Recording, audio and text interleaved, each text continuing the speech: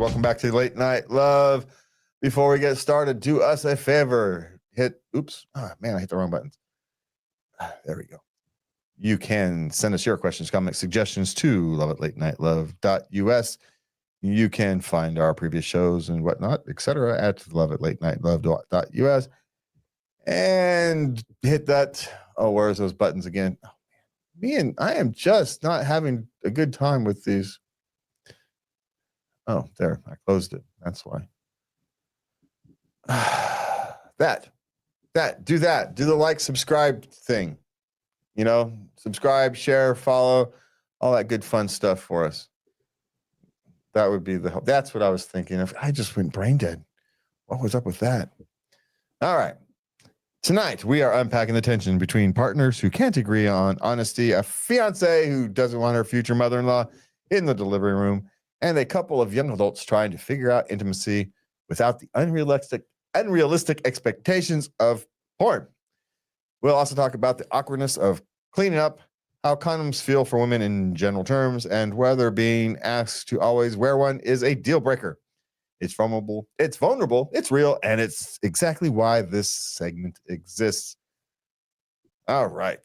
This is going to be an interesting conversation. And we've covered one of these before. I wonder if I'm going to have to go back and listen to the other one and see if we say the same thing. See if we've learned over the past few years. All right. Where are we starting with?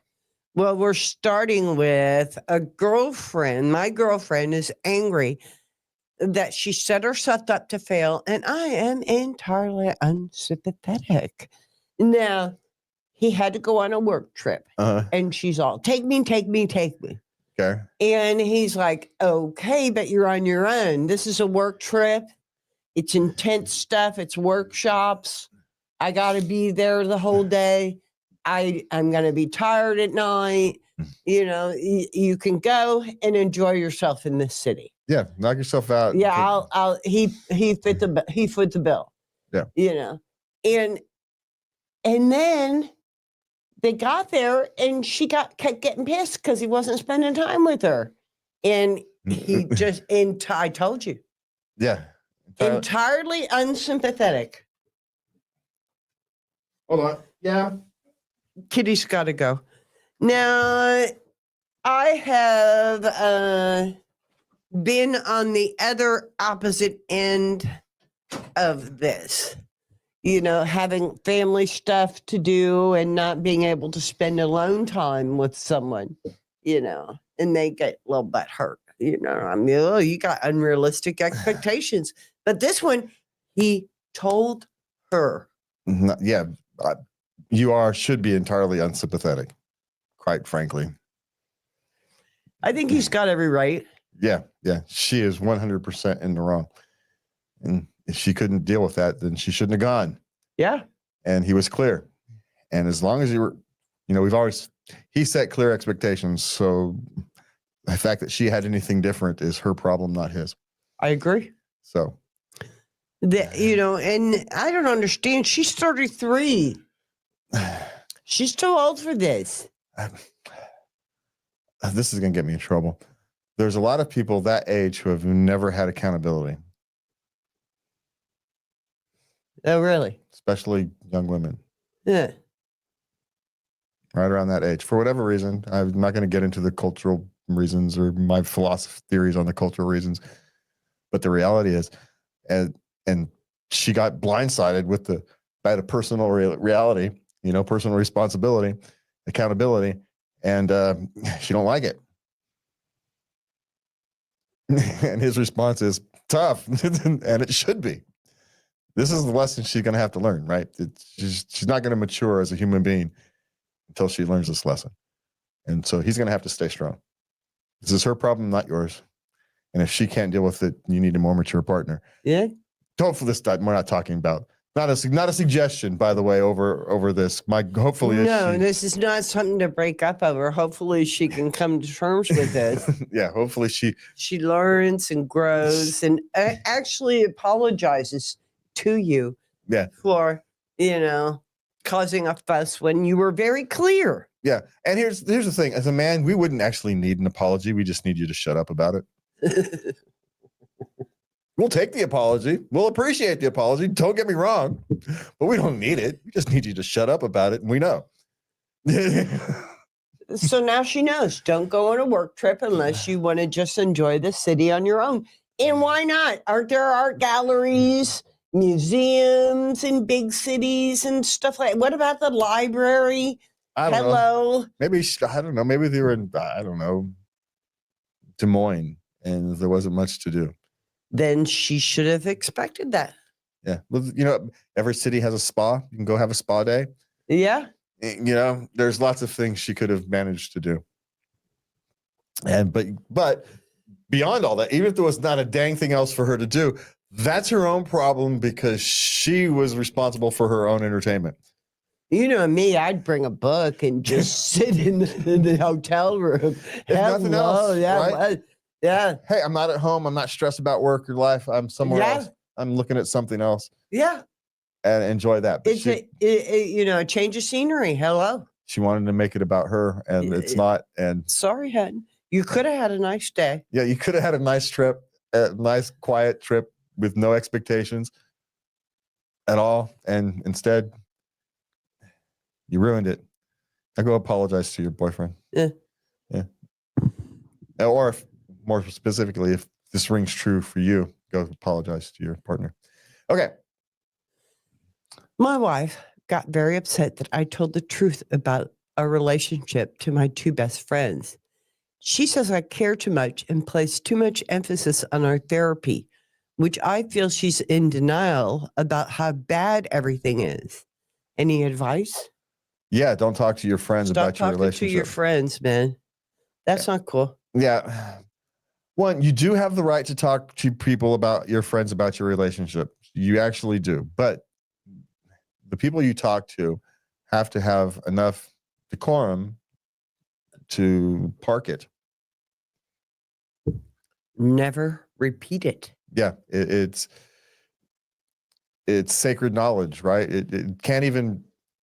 You even have to do your best to not let you impact your relationship with anybody, right? That's one of these things. It's like, in a sense, and that's in that situation, you are as much a therapist as anybody else. So, well, here, and this is the thing. This is the real problem. Well, forget all that other stuff. They have two vastly different views on where they are in their relationship. He says everything is bad, everything is terrible, and she says he's overemphasizing. He's overreacting. Yeah. That is two completely polar opposite views of the relationship. That's the problem, not whether they talk to their friends or not. You're focused on the wrong thing, which, hey, is a symptom of a bad relationship. You're not arguing about the right things. Yeah.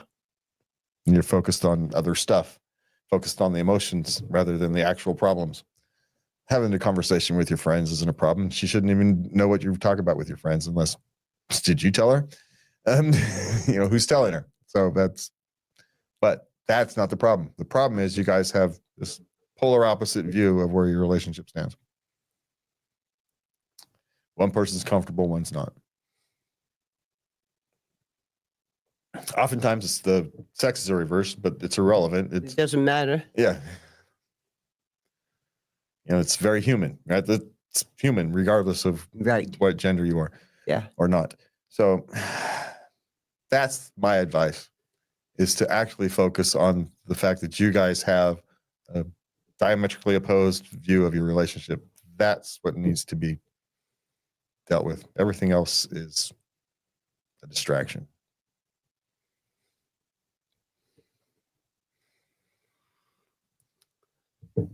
So how's that for bad news? Okay. So Sorry. Okay, now we're on. My fiance wants his mom in the delivery room, and I'm being called selfish. I tell you what, she's the one who is putting her yes ma'am out there for all the world to see. She gets to decide who's in the delivery room, not your fiance. Stop it. Yep. Mom gets to decide. The birthing person. There you go. We'll use that terrible phrase. The woman giving birth is the one who gets to decide how that goes. Yeah. They just Sorry. do. When you want to push a watermelon at yourself, then you can decide how you're going to do it. But until that day, they get to decide how they're managing this. And you get to support them. That's Their decisions. That's it. You don't have a say. No. Not at all. No. Not a thing. You can, I suppose, at some place express a preference, but you don't get to have any actual You say. don't get to demand. No, not at all. No. Not at all. So there you go. Okay. Okay. Okay. Now we're entering the adult section. Okay. Okay.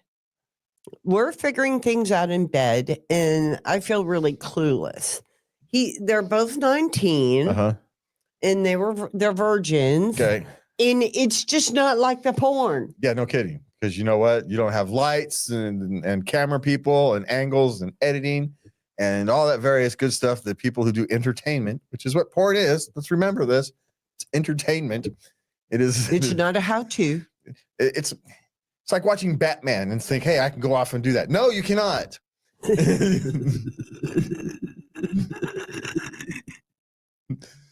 Be a terrible idea for you to go run off and try and be Batman, right? It'd just be dumb. So it's the same thing applies. Or it's like the WWE, right? It's a great stunt show, but it's a stunt show. It's the same thing. It's a great show, but it's a show. It's not real. I mean, yes, it's real. They're engaging in dangerous activities, but they're trained professionals with camera angles and sound effects and editing and and all this various other things to make what's not real look real. So here's what you do. You do the same thing people have been doing for generations. You turn the TV off and figure it out. That's the fun. Yeah. Touch things that shouldn't be touched and see what happens. And here's something that isn't talked about very often. Every new couple getting together, there is an awkward period the first time you're together. First number of times you're together. You have to do this with every partner. You have to figure each other out. Yeah. Just is every what partner. It is. So this is get used to this process because you're going to go through it again in your life. But here's the thing. It's not you. It's every single person everybody has gone through this. Yeah. And okay, are there always some people who are kind of naturals at it? Sure. But guess what? Most of them aren't. Most of us are not. 99% of us aren't. And so don't compare yourself to the 1% that are. Yeah. Yeah. Just don't compare yourself to a professional athlete. Don't compare yourself to a professional entertainer. It's not a good idea. Sorry. Okay. Cleaning up after doing it. Okay. Now this guy is mortified. His girlfriend, after she'll get up and just put her clothes on. And he's like, aren't you going to take a shower? And she's like, yeah, I will later. Yeah. And he's just mortified. Why? He doesn't know how things work, does he? Not really. Clearly. Well, this is, again, we talked about learning each other and right? Yeah. This is her thing. Yeah. Not everybody wants to run off and hop into a shower right after sex. Yeah. You just had this theoretically wonderful, joyful experience, and now you're going to want to go wash it away. Yeah. Yeah. It's, I also get it. People if you're a germ person and you feel unclean because you sweated a lot, and you don't like the sweat feeling. And so, okay. But here's the thing. Did you run off to go get and hop in the shower? Or is you sitting there waiting in your bed? You're perfectly fine not hopping in the shower, but she's got to go run and hop in the shower first thing she does. He didn't mention him going in the shower. Just saying, I'm a little confused here. He wanted to roll over and go to sleep while she hops in the shower, and now she's going to be all Mr. Judgy because she gets up and goes home. And, sorry, maybe she don't like your shower, dude. You ever thought of that? Maybe you should clean your shower. How's that for an answer? Okay. Or maybe you should buy her hair products so she doesn't ruin her hair. Just saying. Go over to her house, find out what she buys, buy some stuff, and leave them in the shower for her. Here's an idea. Why don't you offer to take a shower with her? That is the most unsexiest thing. Why do people think taking a shower together is We sexy? like it. It is the worst thing experience in the planet. We like it. But why is the question? Because we get to stand under the water. Yes, and we get to freeze our balls off. There is nothing sexy about it. Okay, what's next? Okay, first there's a question for me, and then there's a question for you. Okay. Okay. How different is sex with a condom for women? Zippity doo dah. Nothing. No different. Okay. Sorry. That's if you got, proper lubrication. But, you could get, things can get a little unlubricated sometimes. So you got to use the kind with, lubrication. Okay. I brought my own, There. Yeah. and. So I guess the difference is preparation. You have to be a little more prep work with than you without. There's your answer, I guess. Yeah, there you go. Yeah. Okay. Now, question for you. This is our last question of the night. All right. Would being asked to always wear a condom be a deal breaker for you? For me, no. But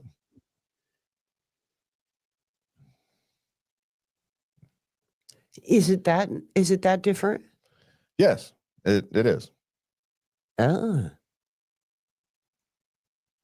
Yeah. But such is life. Hey.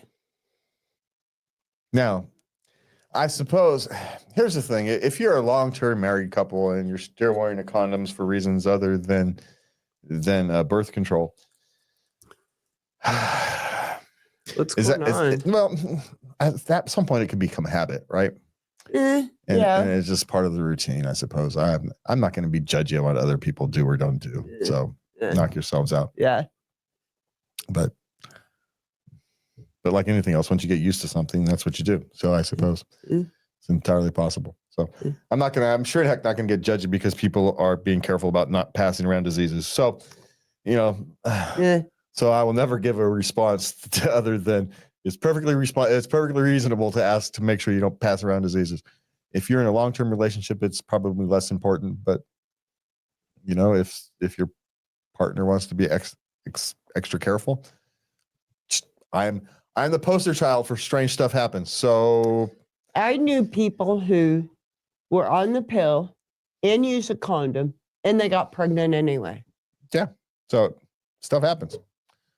And me being here, Mr. Weird Stuff Happens to. So I have no problems with people wanting to be extra safe. Doesn't necessarily make a dang bit of difference, but hey, percentages are percentages. You do what you can. Knock them, put one at a time, one at a time. All right, that's it for our relationship segment, the place where truth gets messy, boundaries get tested, and intimacy becomes a learning curve instead of a performance.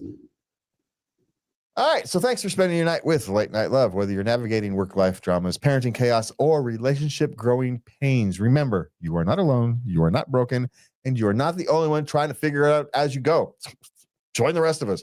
So take care of yourselves, take care of each other, have a good night, and please remember to love everybody. Good night.